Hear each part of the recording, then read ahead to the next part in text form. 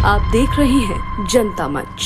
2024 में India alliance के परचम तले 7 चुनाव लड़े भारतीय राष्ट्रीय कांग्रेस और समाजवादी पार्टी की राहें दिल्ली विधानसभा चुनाव में अलग हो सकती हैं। समाजवादी पार्टी के राष्ट्रीय अध्यक्ष और सांसद अखिलेश यादव ने बीते दिनों आम आदमी पार्टी के राष्ट्रीय संयोजक अरविंद केजरीवाल के साथ मंच साझा किया था। उसके बाद से ही कयास लग रहे थे कि अब सपा प्रवक्ता फखरुल हसन ने स्थिति स्पष्ट कर दी है।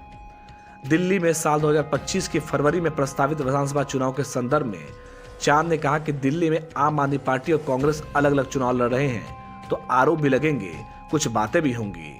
समाजवादी पार्टी के प्रवक्ता ने कहा कि सपा के राष्ट्रीय अध्यक्ष अखिलेश यादव ने पहले ही स्पष्ट किया था कि दिल्ली में आपको समर्थन करेगी।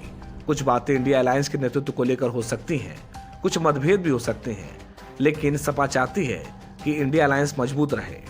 राष्ट्रीय स्तर पर समाजवादी पार्टी भारतीय जनता पार्टी को हराने के लिए सबको साथ लेकर चलने में भरोसा रखती है।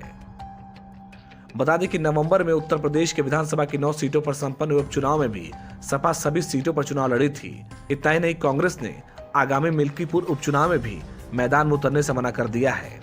हालांकि यूपी कांग्रेस पार्टी के मुखिया अजय राय और प्रभारी अविनाश पांडे लगातार यह बात दोहरा रहे हैं कि साल 2027 का विधानसभा चुनाव सपा के साथ लड़ेंगे। सपा की ओर से भी यूपी में कांग्रेस संग रिश्ते तोड़ने को लेकर कोई आधिकारिक बयान नहीं आया है। हालांकि हरियाणा महाराष्ट्र विधानसभा चुनाव में कांग्रेस की मात के बाद समाजवादी पार्टी के एक वर्ग की ओर से ये आवाज जरूर उठ रही है कि साल 2027 में प्रस्तावित यूपी विधानसभा चुनाव में कांग्रेस की मांग के अनुसार सीटें न दी जाएं। उधर कांग्रेस की प्लानिंग है कि वह राज्य इकाई की नई कमेटी और समितियां पुनः बनाने के बाद कम से कम 150 सीटों पर अपने प्रभारियों की नियुक्ति कर देगी।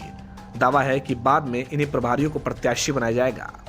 अब देखना तो ये दिलचस्प होगा कि उत्तर प्रदेश विधानसभा चुनाव में समाजवादी पार्टी और कांग्रेस का सियासी रिश्ता किस करवट बैठता है। उससे पहले दिल्ली के विधानसभा चुनाव में क्या कुछ तस्वीरें सामने आती हैं, इस पर भी हर किसी की नजर रहेगी। ब्यूरो रिपोर्ट, जनता मंच। अभी तक आपने हमारे चैनल को सब्सक्राइब नहीं किया है तो दिए गए स्क्रीन पर हमारे जनता मंच चैनल को सब्सक्राइब करें और बेल बटन दबाना बिल्कुल न भूलें।